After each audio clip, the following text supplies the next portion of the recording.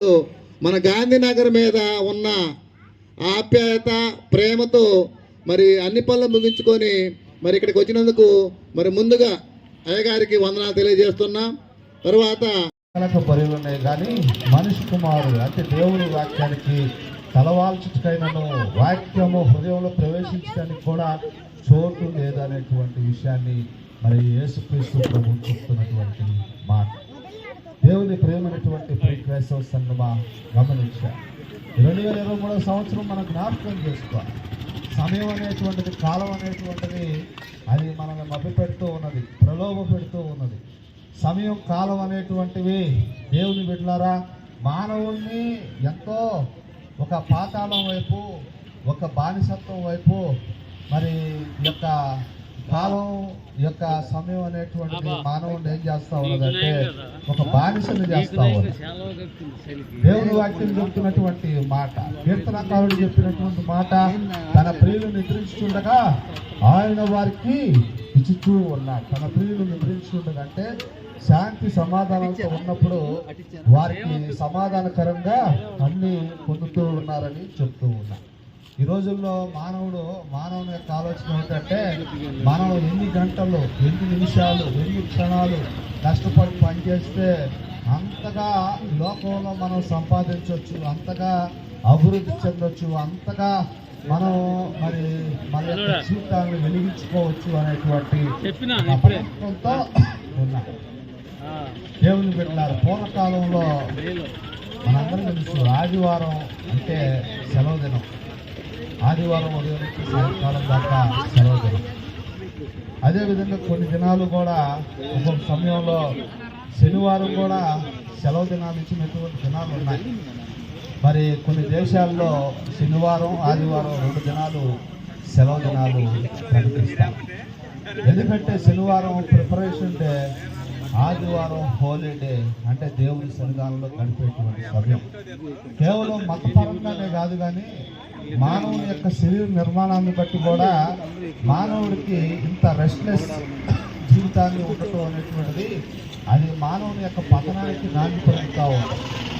కాబట్టి దేవుని ప్రేమైనటువంటి వారులారు మన సమయం అనేటువంటిది దేవుడికి ఇవ్వకుండా లోక సంబంధమైనటువంటి తెలివికి జ్ఞానానికి సమర్పించుకొని ఏదో చేయాలనేటువంటి తపనలో మనం ప్రయత్నం చేస్తున్నాం. కానీ దేవుని వాక్యం చెప్తున్నటువంటి మాట, కీర్తనకారుడు చెబుతూ ఉన్నాడు, యెహోవా ఇల్లు కట్టించిన యెడల దాని కట్టువారు ప్రయాసము వ్యర్థము. అంటే మనం ఎటువంటి ఆలోచన చేసినా ఇల్లు కట్టుకోవాలని, పెళ్లిళ్ళు చేయాలని, లేకపోతే ఫలానా చదువు చదవాలని, ఫలానా ఉద్యోగం పొందాలని, ఫలానా వ్యాపారం చేయాలని, ఫలానా వ్యవసాయం చేయాలని రకరకాలైనటువంటి ఆలోచనలు మనకు ఉన్నప్పటికీ కూడా అవి నెరవేరాలంటే దేవుని యొక్క చిత్తం కూడా ఉండాలి. దేవుని చిత్తం లేకుండా మన స్వతహాగా వాటిని సాధించడం అనేటువంటిది అసాధ్యం. దేవుని ప్రేమైనటువంటి వారులా కాబట్టి మానవుడు దేవుని మీద ఆధారపడాలి. మానవుడు దేవుని యొక్క విధేయత చూపించాలి. మానవుడు దేవుని పట్ల ప్రేమను చూపించాలి. మానవుడు దేవుని సన్నిధానంలో పాప క్షమాపణ పొందాలి. ఎందుకంటే మానవుడు పాప క్షమాపణ పొందేంతగా అర్హత లేనటువంటి వాడు దేవుని యొక్క సన్నిధిలో. దేవుడే తన మహాకృపను బట్టి, దేవుడే తన యొక్క మరి ఆయనకున్నటువంటి జాలి, దయా, కరుణను బట్టి మానవుడిని ప్రేమిస్తున్నాడు. కానీ వాస్తవానికి మానవుడికి ఎటువంటి దేవుణ్ణి అడిగేటువంటి అర్హత కూడా లేదు. దేవుని ప్రేమైనటువంటి వారులారా గమనించారు. కాబట్టి క్రైస్తవ జీవితం, క్రైస్తవ విశ్వాస జీవితం, యేసుక్రీస్తు ప్రభు లోకంలో మానవ అవతారంగా, నరావతారంగా 2023 సంవత్సరాలు జీవించాడు. ఆయన యొక్క వరుస క్రమంలో మనం కూడా జీవిస్తూ ఉన్నాము. పరిశుద్ధ బైబిల్ గ్రంథంలో ఉన్నటువంటి దేవుని మాటలు మన జీవితంలో, మన యొక్క ప్రతి అవసరతలో ఆ మాటలు మనల్ని హెచ్చరిస్తున్నటువంటి సమయంలో వాటిని గైకొనేటువంటి, వాటిని తెలుసుకునేటువంటి సమయం కానీ, వాటిని తెలుసుకొని ఆచరించేటువంటి విధానం కానీ మనం కలిగి ఉన్నామా, లేక కేవలం నామకార్థమైనటువంటి క్రైస్తవులంగా మనం ఉన్నామా? మనల్ని మనం జ్ఞాపకం చేసుకోవాలి. నామకార్థమైనటువంటి క్రైస్తవులంగా అంటే కేవలం లోక సంబంధమైనటువంటి టైం ప్రకారం వెళ్ళేటువంటి క్రైస్తవులంగా మనం ఉన్నామా లేదా మనం జ్ఞాపకం చేసుకోవాలి. కాబట్టి క్రైస్తవ జీవితం అనేటువంటిది ఎవరి కోసం కాదు, మన కోసం మన క్రైస్తవ జీవితాన్ని సరైనటువంటి పథకంలో సరైనటువంటి ప్రారంభంలో మనం చేసుకోవాలి. మన క్రైస్తవ విశ్వాస జీవితం ఎలా ఉన్నదనేటువంటిది మనం దేవుని బిడ్డలారా పరిశీలన చేసుకోవాలి. పరిశీలన చేసుకొని అప్పుడు దేవుని దగ్గర మన నమ్మకమైనటువంటి వారంగా ఉన్నటువంటి సమయంలో మనకు దేవుడు ఇచ్చేటువంటి రక్షణ మన ద్వారా మన కుటుంబానికి, మన యొక్క బంధువులకి, స్నేహితులకి, సహోదరులకి, సహోదరులకి ఈ రక్షణ ప్రణాళికలో స్థానాన్ని దేవుడు ఇస్తూ ఉన్నాడు. కాబట్టి 2023 సంవత్సరం క్రిస్మస్ అనేది మన జీవితంలో ఒక సామాన్యమైనటువంటి క్రిస్మస్గా కాకుండా దేవుని వాక్యాన్ని తెలుసుకొని, వాక్యాన్ని మన హృదయాల్లో భద్రపరుచుకొని వాక్యానుసారంగా జీవిస్తాననేటువంటి ఒక ఒప్పందం చేసుకున్నటువంటి క్రిస్మస్గా మనం దీన్ని సెలబ్రేట్ చేసుకున్నామా, మనలో మనం జ్ఞాపకం చేసుకోవాలి. ఈ రోజుల్లో మరి కృత్రిమమైనటువంటి ఆర్టిఫిషియల్ క్రిస్టియానిటీ కూడా వస్తూ ఉన్నది. కృత్రిమమైనటువంటి క్రిస్టియానిటీ, సహజమైనటువంటి దేవునికి ఇష్టమైన క్రిస్టియానిటీ ఉన్నది, కృత్రిమమైనటువంటి క్రిస్టియానిటీ కూడా వస్తూ ఉంది. పిల్లలు బర్త్డే చేసుకుంటూ ఉంటారు. బర్త్డే చేసుకునేటప్పుడు ఎంతో ప్రార్థనాపూర్వకంగా బర్త్డే చేస్తారు. ఏబు గ్రంథంలో మనం చూస్తే ఏబు తన బిడ్డల్లో ప్రార్థన చేస్తాడు. ఎందుకు చేస్తాడంటే వారు దేవునికి వ్యతిరేకంగా మాట్లాడతారేమో అనేటువంటి భయం, ఇంకా మాట్లాడలేదు, మాట్లాడతారనేటువంటి భయంతోనే దేవుడు తన బిడ్డల మరి మన ఫాదర్ గారిని మరి మన గాంధీనగర్ని ఉద్దేశించి సెమీ క్రిస్మస్ గురించి వాక్యాన్ని అందించవలసి తెలియజేస్తున్నాం.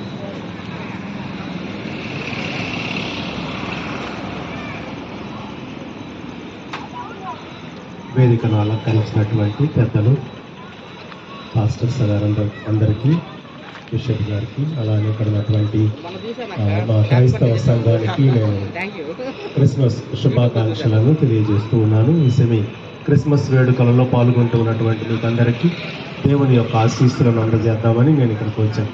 సారీ, కనిపించే చాలా ప్రముఖమైనటువంటి వ్యక్తి ఎవరు అంటే క్రీస్తు ప్రభు. ఫిలిప్పీలకు రాసినటువంటి లేఖ 2వ అధ్యాయం 8వ వచనం అంటూ ఉంది, క్రీస్తు తన యొక్క తండ్రికి విధేయించను, ఆయన మరణము వరకు కూడా విధేయించను అని చెప్తూ ఉంది వాక్యం. తన యొక్క తండ్రికి విధేయతతో యేసు ప్రభు ఈ లోకానికి వచ్చాడు. తన యొక్క తల్లిని, తండ్రిని ఆయన విధేయించి జ్ఞానములో, ప్రాయములో ఎదిగాడు. ఆ ప్రభు తన యొక్క పెద్దలను ఆయన విధేయించాడు. తండ్రిని విధేయించాడు, తల్లిదండ్రులను విధేయించాడు, ఆ రాష్ట్రంలో ఉన్నటువంటి ఆ దేశంలో ఉన్నటువంటి పాలకులను విధేయించాడు. ప్రియమైనటువంటి సోదరులారా, యేసు ప్రభు ద్వారా ఈ క్రిస్మస్ సమయంలో మనం నేర్చుకోదగినటువంటి చాలా గొప్ప పుణ్యం విధేయత. క్రిస్మస్లో మనకు కనిపించే 2వ ప్రముఖమైనటువంటి వ్యక్తి మరియ. దేవుని యొక్క దూత మరియ దగ్గరకు వచ్చి, నీవు అనుగ్రహ పరిపూర్ణురాలవు, దేవుని యొక్క కార్యం నీలో జరగబోతూ ఉంది అని మరియతో చెప్పినప్పుడు ఆమె దేవుని యొక్క వాక్యానికి విధేయించింది.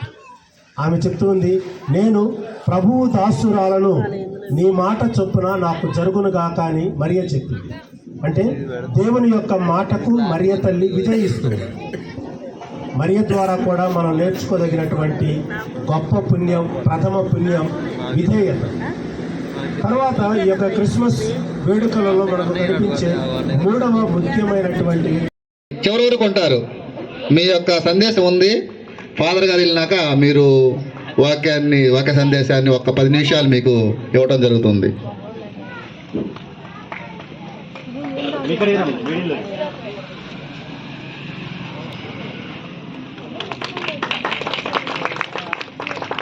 ఇటు తిరగడండి అనే అనే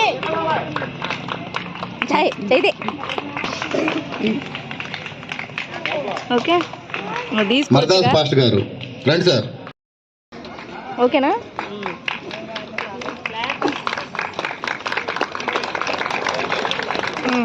థ్యాంక్ యూ సార్.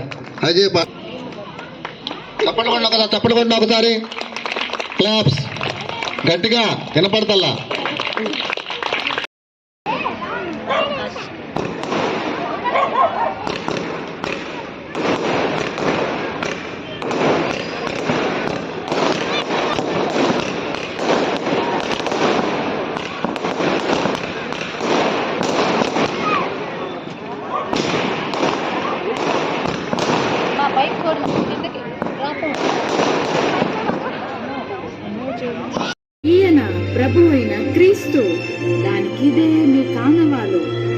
శిశువు పొత్తి గుడ్డలతో చుట్టబడి ఒక తొట్టిలో పండుకొని ఉండుట మీరు చూచెదరు. రాజుగా పుట్టినవాడు ఎక్కడా? తూర్పు దిక్కున మేము ఆయన నక్షత్రమును చూచి ఆయనను పూజింపవచ్చితిమి.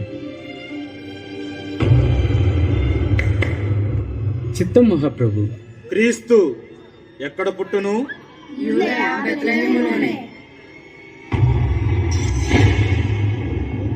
సరే, మీరు వెళ్ళి ఆ శిశువు విషయమై జాగ్రత్తగా తెలుసుకొనగానే నేను వచ్చి ఆయనను పూజించినట్లు నాకు వర్తమానము తెండి.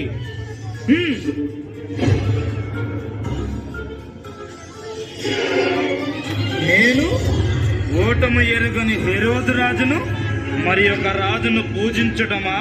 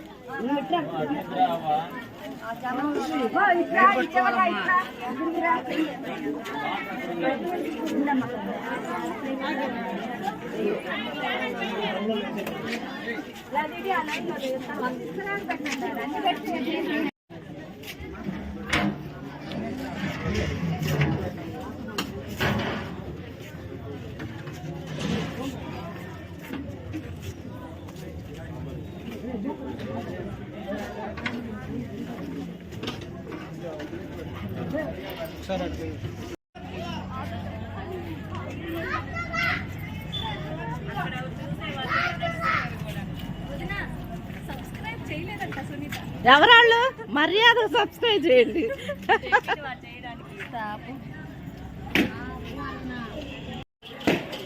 మా చెల్లి వాళ్ళు వచ్చారు సెమీ క్రిస్మస్ కి.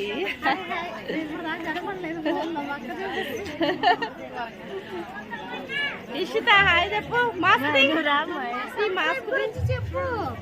మా చెల్లి వాళ్ళు కూడా ఛానల్ పెట్టారండి, సబ్స్క్రైబ్ చేసుకోండి. ఇషిత మాస్క్